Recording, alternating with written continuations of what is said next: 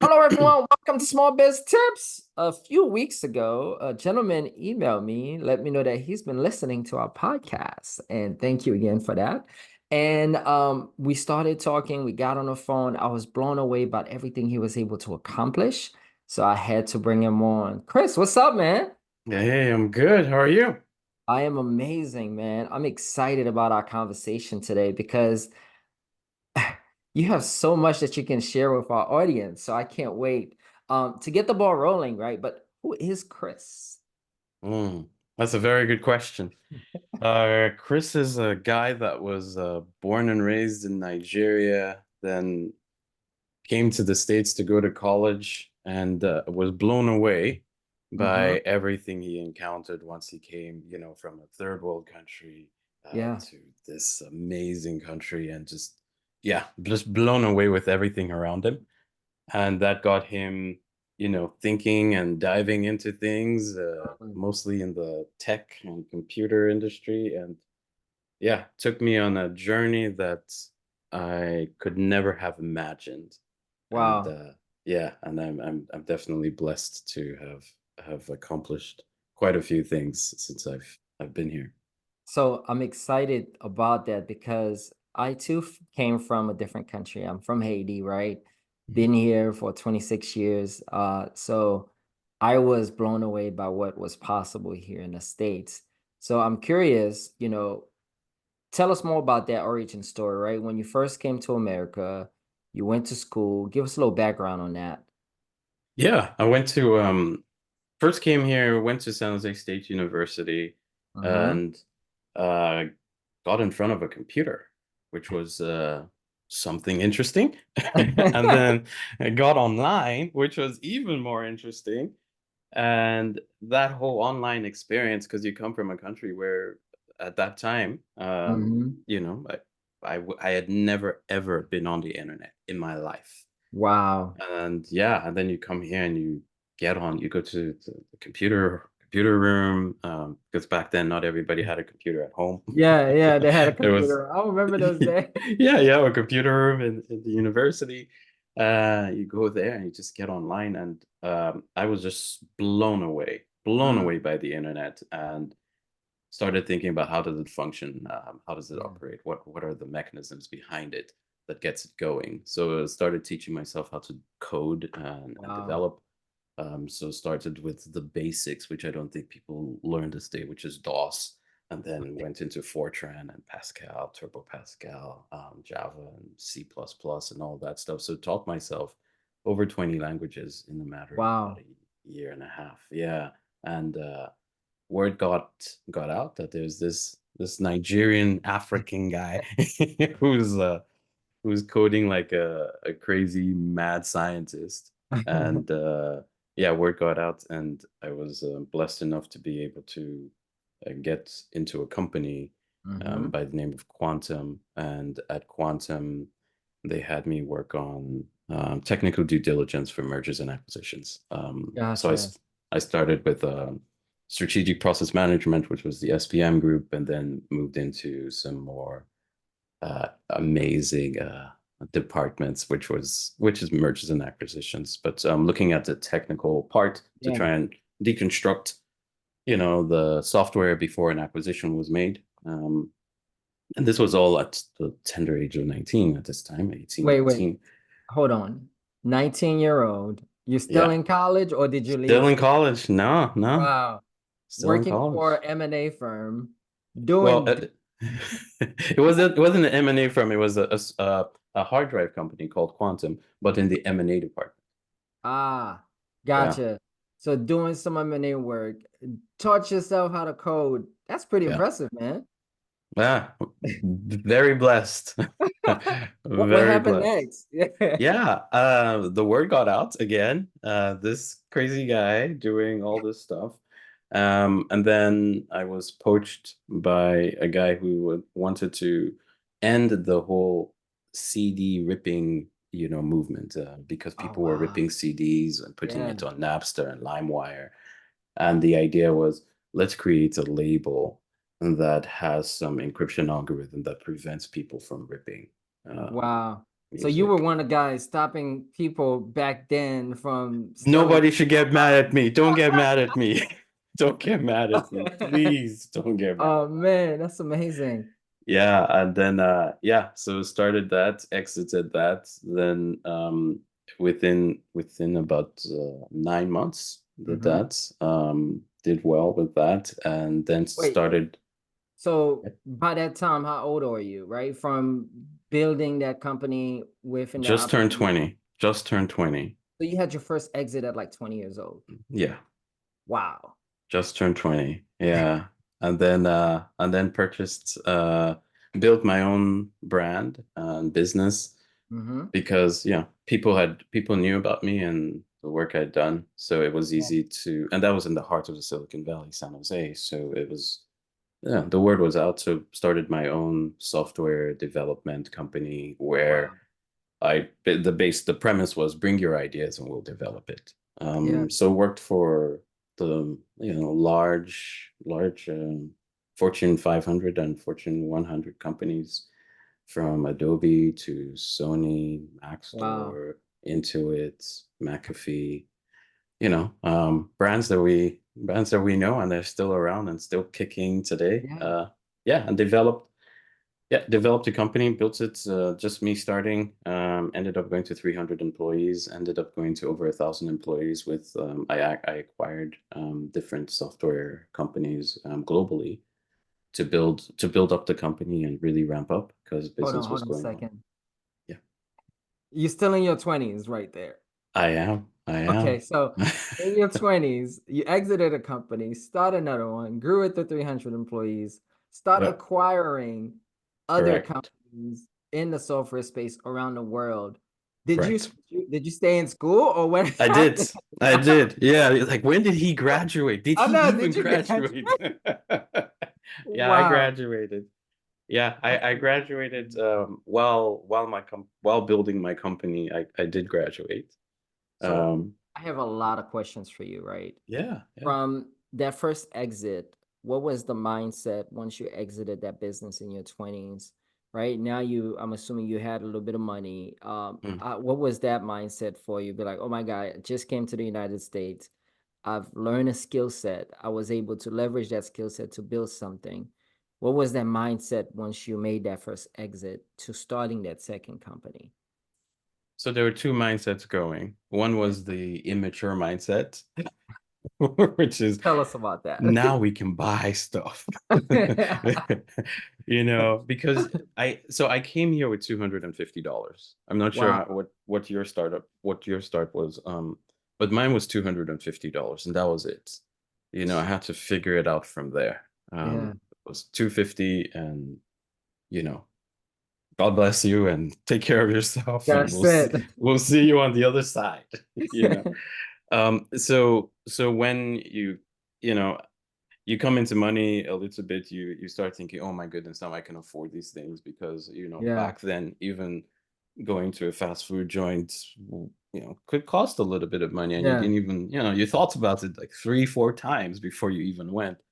So now that you can afford it, so, I did some immature things, let me just put it that way, but I also matured very, very quickly mm. because the money was just vaporizing out of the bank account. I was like, wait a minute, what's going on? You What's going going back to on? I'm gonna be back. I'm gonna be broke again in no time.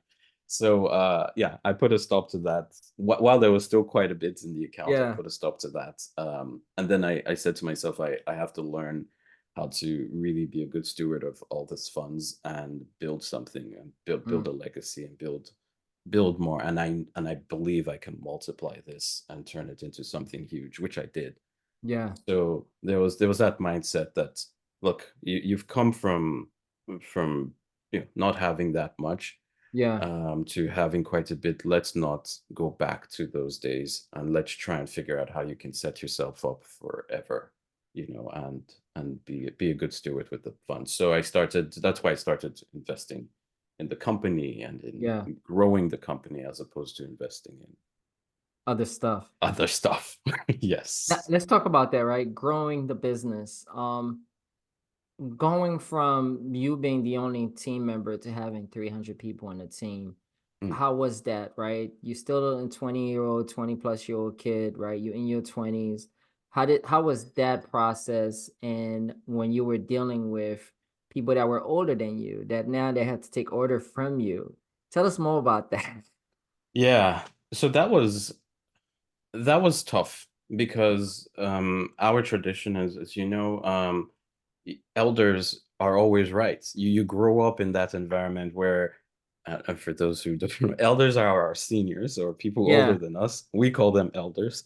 yeah. Um, so you have to, whatever they say normally goes. You have to respect them. So Mhm. that mind shift from, I'm now telling my elder, or somebody older and more mature than me what to do and how to do things. It was definitely a big learning curve for me. Mm, But I did learn over time that, hey, you're the owner of the company. This person isn't doing things that you want. You need to start taking a little bit more control. And then I yeah, started developing more of a strategy around ensuring everyone understood the strategy of the company, the culture that I was trying to build within the company, and taking that. So moving on with my ideas as opposed to your idea and your way of yeah. thinking. It was, this is my company. I'm trying to build it this particular way. So you need to step in line and, do it the way I wanted.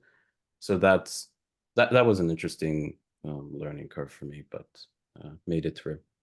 I'm curious, what was, the overall culture, right? Because you're still in your 20s. Who are you learning from? Did you have other mentors helping you? Tell us more about that because I think that's pretty impressive. And then be able to go in terms of starting acquiring other businesses because a lot of people don't even think about that. Yeah, what the acquiring was a little bit easy for me Hmm. because of, the mergers Background. and acquisition background there. Yeah. So that part I pretty much knew at an early age. Um, and just building the culture and expanding.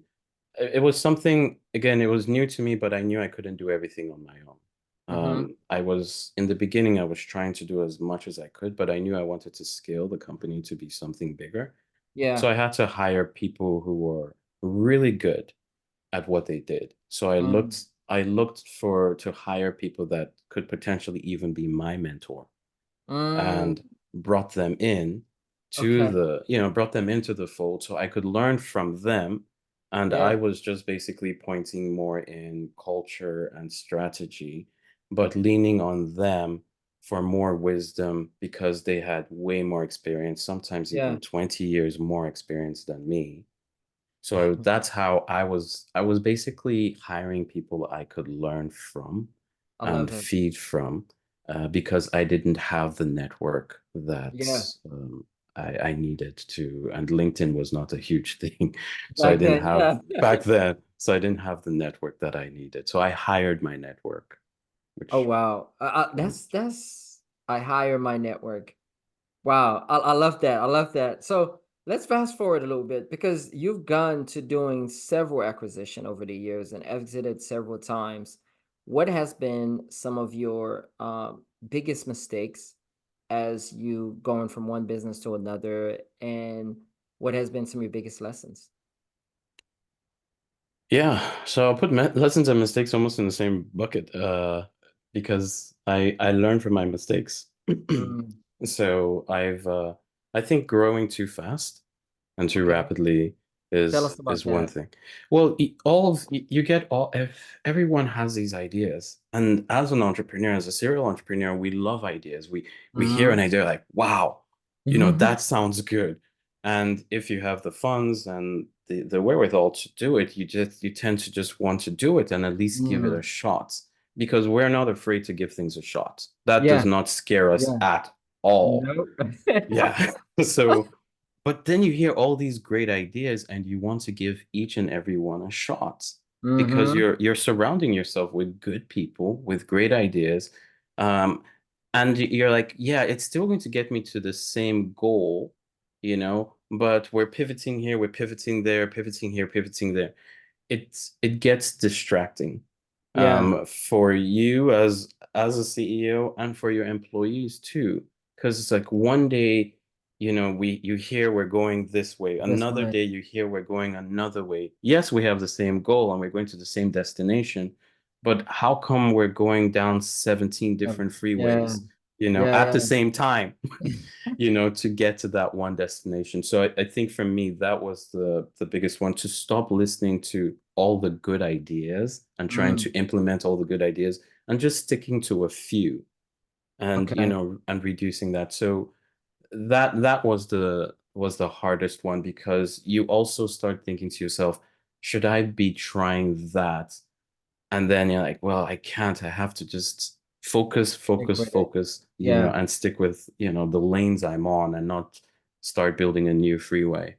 So that was the hardest thing, is to stop listening to the good ideas So coming how in. do you identify, right?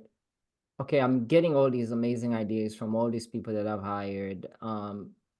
They're all good, but I want to focus on that one idea that can get us to the goal. How do you determine, okay, I'm gonna listen to that, right? Yeah, it's a great question. I don't know if I have the best answer for that, but I'll tell you how I've done it. Yeah. Uh, it comes with time. You in the beginning, you have all the ideas, you have that, brainstorm session, everybody knows where we're going, you have the strategy of the business, you're moving down the strategy road. So you have that one lane freeway that you're going down. And then you might pivot every now and then, but as you keep driving down towards that destination you're trying to Mhm. reach, the ideas that start coming in, you need to start calming them down. So I think in the very beginning, it's those initial ideas that you stick Mhm. with, and you don't pivot too much once you've started that journey and you're, Mm. 20%, 30% down that path. Yeah. Then you should start quieting things down, and not pivoting too much anymore. Some people, even when they're 60, 70% down the path that they're going, they start pivoting left, right, and center and all that stuff. And for me, that's not a good idea, because you've already strategically done quite a few things, Mm-hmm. that it's probably not to your best interest to start pivoting at towards the very end, unless, there's some kind of legal change or government Yeah. change, depending on how those, external factors affect your business. But if they don't, I would say don't do that. So the winning ideas are the beginning ideas. I love it. Winning ideas are the beginning ideas that you stick with. They stick with. Yeah, I yeah. love it. I love it. So, let's go back to the story a little bit, right? Fast forward now, you grow the business to over 1,000 plus employees. When did you decide to exit that? Well, when yeah, when I had to build another company, I decided to exit that. It's yeah.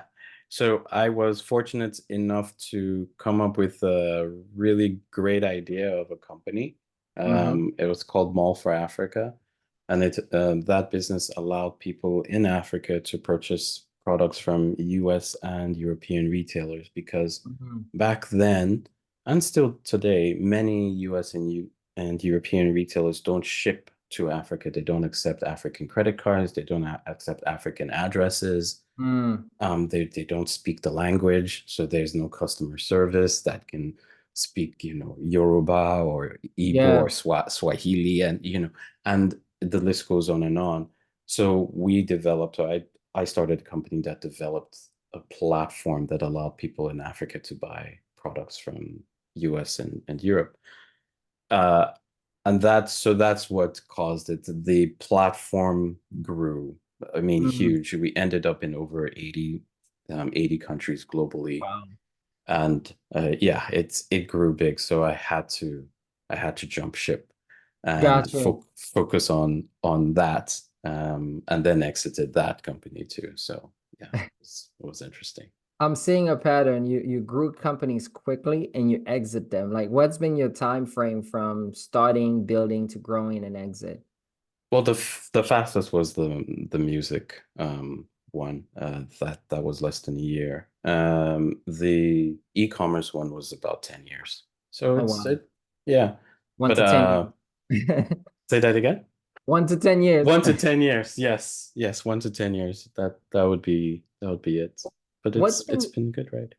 what's been the secret for you to grow companies so quickly? Because there are people that it takes them a year, 2 year, 3 years to make sure that their product or service is going the right way, and another 5 to 7 years to even get to the seven-figure mark, and then exit it in like 15, 20 years. But you've been able to grow a company very quickly. What's been the secret to that? I don't seek perfection. Oh, tell us I more. don't. I just don't seek perfection at all. You have the idea. You're never going to launch a perfect idea ever. I don't care if it takes you 40 years Mm-hmm. from start to date of development to launch, even 100 years. It doesn't matter. It will never launch perfect. So I Mm-hmm. don't even seek perfection. I'm fine launching a product to the world or to my audience Yeah, at an MVP stage. gotcha. And just so once that minimum viable product is ready, just launch it. Then Yeah, I start getting feedback from customers and clients. And then I just iterate, make modifications, iterate, make modifications, and grow it that way. So the reason why you will never ever hear me saying it's taking me a year to develop a platform because I'm not interested in that.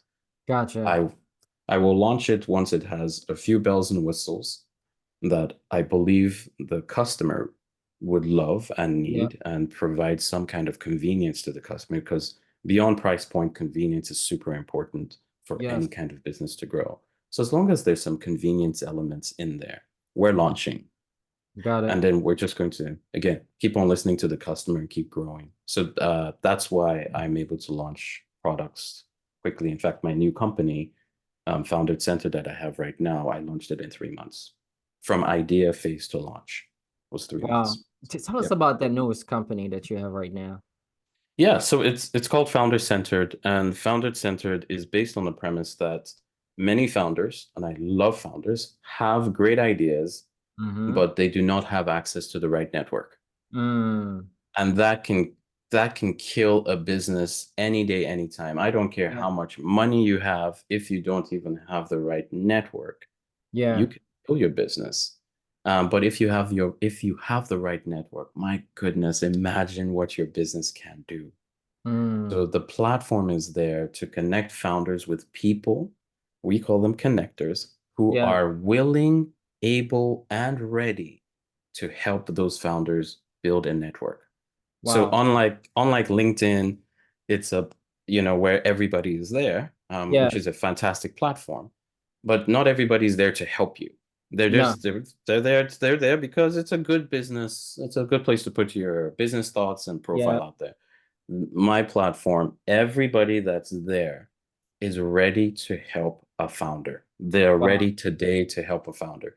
So imagine just having a business idea and or you started a business and you go into a community of Mm-hmm. thousands of people and you say, my idea is XYZ.